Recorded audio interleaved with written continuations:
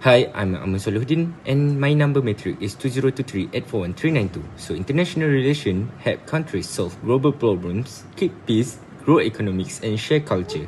Into the connected world, no country can succeed alone. Diplomacy and organizations like UN and NATO promote peace, fight threats like terrorism and pandemics. Cultural exchange through education, tourism, and global events build mutual respect and understanding. For example, Malaysia welcome foreign study and tourists, while Malaysians study and travel abroad. Overall, international relations create safer, more connected, and more cooperative world for everyone. Assalamualaikum and hi, my name is NURAISYAH NADZRI. So next, I will explain about two types of international relations. The first one is bilateral relations. So to begin with, bilateral relations form the basis of international diplomacy, determining interactions between two sovereign governments in a variety of fields such as politics, economy, and security. So what is the key part of bilateral relations? The first one is diplomatic engagement. It's allowing governments to address global concerns through communication and negotiation. For example, Malaysia and Indonesia have a unique and long-standing diplomatic relation, heavily anchored in historical, cultural, and also economic ties. Second one is economic cooperation. This is another pillar of bilateral relations, with trade deals and investment benefiting both countries. So, as we know, bilateral trade agreements like those between the European Union and China have had a substantial impact on global business. For example, like China and the European Union (EU) now rely on one another as their main import supplier. So, that's all from me. I will pass to the next presenter. Assalamualaikum warahmatullahi wabarakatuh. My name is NURAISYAH binti AZAM and now I will talk about unilateral relation. Unilateral relation happens when one country make decision alone without asking for support or agreements from others. These decisions are based on what is the best for that country only. For example, the USA went to war with Iraq in 2003 without full support from the United Nations or its allies. Countries act unilaterally to protect their own interests, to gain more control, or to act faster. Sometimes they leave international groups or refuse to join agreements, but acting alone can lead to conflict, weaker friendship, and less trust between countries. Unilateral action can happen in different areas like diplomatic, sending troops, economy, raising tariffs, or stopping trade. And even in social life, like a one-sided relationship where only one person makes the effort. In the long run, acting alone usually causes problems and makes peace harder to achieve. Assalamualaikum, my name is SYAJIDHA RAHMAN. My matrix number is 2023-889-444. And today I would like to talk about how Malaysia promotes peaceful solution in global conflict. Malaysia strongly believes that issues should be solved through dialogue and negotiation rather than violence or war. Our country often encourage others to sit down, talk, and find common ground to avoid unnecessary bloodshed. One powerful example is Malaysia's role as a mediator in the peace talk between the Philippine government and the Moro Islamic Liberation Front (MILF). This talk held in Malaysia led to the comprehensive agreement on the Bangsa Moro in 2014, which brought hope and peace to the region. Malaysia's natural stance and strong diplomatic ties help build trust among nations. This trust is key in encouraging peaceful solution and preventing conflict from growing worse. Overall, Malaysia proved that peaceful discussion is always better than war. As a founding member, Malaysia has always worked closely with neighboring countries to solve problems peacefully and maintain stability in the region. One key example is the South China Sea dispute, where Malaysia and other Asian countries continue to push for peaceful dialogue instead of military action.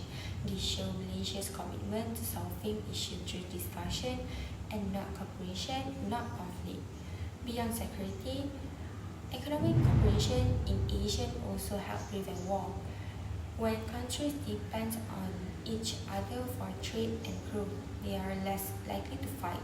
Malaysia supports this economic interdependence, which strengthens regional peace and benefit the whole world, especially since Southeast Asia plays a major role in global trade. In today's fast-changing world, technology and innovation are key to a country's success. And Malaysia understands this well. That's why Malaysia actively collaborates with other countries and global companies to gain access to the latest technologies, especially in fields like electronics, biotechnology, and renewable energy. This international partnership help local industry adopt modern tools and techniques, improving their productivity and competitiveness. For example, by working with multinational corporations, Malaysia can learn from global best practices and apply them to local businesses. Malaysia also invests heavily in research and development, especially in areas like agricultural, healthcare, and green technology. Through partnership with international university and research body, Malaysia is advancing in sustainable innovation, which help diversity our company and reduce reliance on traditional sectors like oil and gas. One way Malaysia grow its economy is by joining international trade agreement. Through this like AFTA, CPTPP, and RCEP, Malaysia can sell more products like palm oil, rubber, and electronics to other countries with lower taxes and fewer limits. This agreement help Malaysian products compete better in the world market, especially in electronics and semiconductors. They also connect Malaysia to big markets like China, US, and Europe, making our economy stronger and more stable. Tourism is one of the main pillars of Malaysia's company, and international relations play a big role in promoting our country as a top travel destination. Through strong diplomatic ties, Malaysia run marketing campaign, form tourism agreement, and joint international travel exposed to attract visitors from around the world. For example, Malaysia works closely with countries like China, Japan, and Middle Eastern nations to promote its natural beauty, cultural diversity, and unique experiences. Campaigns like Visit Malaysia Year have successfully boosted tourism by highlighting attractions like the rainforest, beaches, historical sites, and modern cities. This tourism effort don't just bring in revenue, they also strengthen people-to-people connection, build international friendship, and support peaceful global cooperation. Assalamualaikum, my name is MOHAMAD bin ARIFFIN. So I'm going to talk about another important of international relation, faster proliferation of technology innovation. Technology transfer and international partnership, one of the primary ways international relations drive the proliferation of technology is through technology transfer, the process by which advanced technology are shared from developed nations to developing ones. Regulating innovation through international norms and standard, international relations play a key role in establishing global norms and regulation to manage these risks. Issues such as data privacy, cybersecurity, artificial intelligence ethics, and technology in global health and development. Countries that have good relation with each other tend to share their invention and innovation more quickly, and this has been the norm among civilization since the dawn of time. Another important of international relation is enhancing cultural understanding and human rights. Building bridge between cultures for promoting the understanding and cooperating in culture, diplomatic missions, educational exchange program, and international organization help spread values such as democracy, human rights, and tolerance. Promoting mutual understanding. Nation can promote mutual understanding and respect, reduce misunderstanding, and foster greater cooperating in address global challenges. Understanding different culture encompasses various factors, including language, religion, history, values, and belief. Culture and identity can also shape power dynamic in international relations, with dominant culture and identities creating imbalance of power and privilege. Recognizing the value of cultural diversity and the unique strength of each culture can lead to greater harmony and cooperation among nations. So for the challenges is challenge to compete with a big country. Malaysia faces a third challenge, staying neutral between China and US. China is the biggest trade partner and invests in major projects, but there are disputes over the South China Sea. The US support Malaysia in security, trade and education, but sometimes citizens is politics. To stay friendly with both, Malaysia follows a neutral policy. However, rising global tension make this harder. Malaysia must carefully balance both sides to protect its national interests and stability. Other than that, it's to have climate changes and global cooperation. Climate changes is a major issue affecting Malaysia and Asia. With more floods, storms and heat, Malaysia can tackle it alone, so it joined global efforts like Paris Agreement and work with Asia on his sea protection and disaster. By cooperating with other, Malaysia fight climate changes, protect the environment and build a green economy and other to have a improving global image.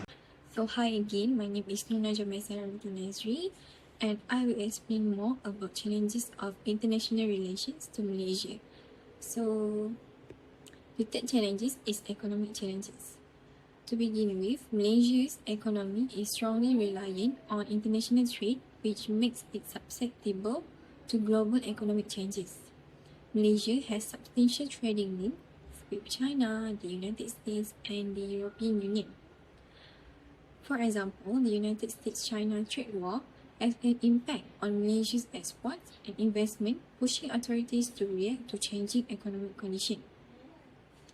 So another crucial component of Malaysia's international economic connection is foreign direct investment (FDI). Malaysia did not impose foreign exchange restrictions or non-tariff measures, in contrast to many emerging nations. So lastly is security and defense challenges. So right now, Malaysia's primary security issue in foreign relations are maritime dispute, terrorism, and regional stability. The South China Sea conflict remains a key challenge, with Malaysia and other Asian nations facing Chinese territorial claims. The location of Chinese military vessels in contested areas led to worries about sovereignty and national security. So that's all from me. Malaysia is strongly committed to sustainability and is playing an active role in achieving the Sustainable Development Goals. The government is investing in renewable energy like solar and hydropower to reduce our reliance on fossil fuels. This support clean energy goals and help create green jobs while protecting the environment. Malaysia also works with international organizations like the UN and World Bank to get support and share ideas for sustainable development. This makes sure our efforts are aligned with global standards. On top of that, Malaysia is part of major climate agreement, including the Paris Agreement, where we aim to cut carbon emission by 45% by 2030. We are also involved in climate financing programs to support clean energy and forest protection. All these steps shows that Malaysia is serious about building the sustainable future, not just for itself but for the whole world. Malaysia is working closely with other countries to improve their cybersecurity. As technology grows, so do cyber threats. By partnering with global experts, Malaysia can learn the latest method to protect its digital system from attacks. This including training, tech sharing, and building strong cyber defenses to keep people, businesses, and governments safe online. At the same time, Malaysia is also investing in artificial intelligence, AI, and big data. This technology can improve many areas like healthcare, education, business, and even traffic management. By teaming up with global leaders in AI, Malaysia hopes that bring innovation and smarter solutions to the country. Together strong with cybersecurity and AI development help Malaysia grow its digital economy and prepare for a smarter, safer future. Now, I will present about the interdisciplinary approach. In today's world, future problems like climate change and health crises are very complex. Because of this, we cannot depend on only one type of expert. Malaysia needs to combine knowledge from different fields like politics, economy, health, environment, and technology to make better policies. For example, to solve climate change, we need scientists to understand the environment, economists to study the financial effects, health experts to see the health impact, and diplomats for international cooperation. With this method, the solution will be more effective, balanced, and long-lasting because they come from many different views and areas of knowledge. Now, let's look at future direction in international relations. In the future, international relations will not only involve politics, but also areas like health, technology, and economy. For example, to handle global issues like pandemics or cybersecurity, Malaysia must work with experts from different fields like scientists, technology experts, legal experts, and economists. Malaysia also needs to cooperate with other countries to solve this problem faster and better because no country can face global challenges alone. With strong global teamwork and expert collaboration, Malaysia can stay prepared and competitive in the future. Now, I will presenting about emerging theories and voice from the global south. First, let's talk about promoting alternative perspective in global politics. Countries like Malaysia have their own views and ideas that are different from Western countries. By sharing these opinions, Malaysia helps to create more balance in global politics and reduce too much focus on Western ways. For example, Malaysia speak up for Palestine in the United Nations and also support peace in the South China Sea through ASEAN. This action show that Malaysia has leadership and follow fair values. It also proves that Malaysia use its own experience and beliefs when making decisions in international relations. Next, we look at strengthening South-South cooperation. South-South cooperation means developing countries help each other by sharing skills, knowledge, and resources. Malaysia works with countries in Asia, Africa, and Latin America to grow together without depending too much on the West. For example, through MTCP, the Malaysian Technical Cooperation Program, Malaysia trains other countries in education, agriculture, and the halal industry. Malaysia also works with Indonesia and Thailand on farming and rural projects. This helps to build trust and teamwork among global South countries. In conclusion, international relations is a dynamic and multifaceted field of study that examines the interaction between nation, state, and non-state actors on the global stage. With its rich history, diverse theoretical perspective, and interdisciplinary approaches, international relations provide a framework for understanding the complexities of global politics and the ways in which actors interact and shape the world around them. The study of international relations become more important than ever. We can gain valuable insight into the complexity of global politics and develop effective strategies for navigating the rapidly changing world of international relations.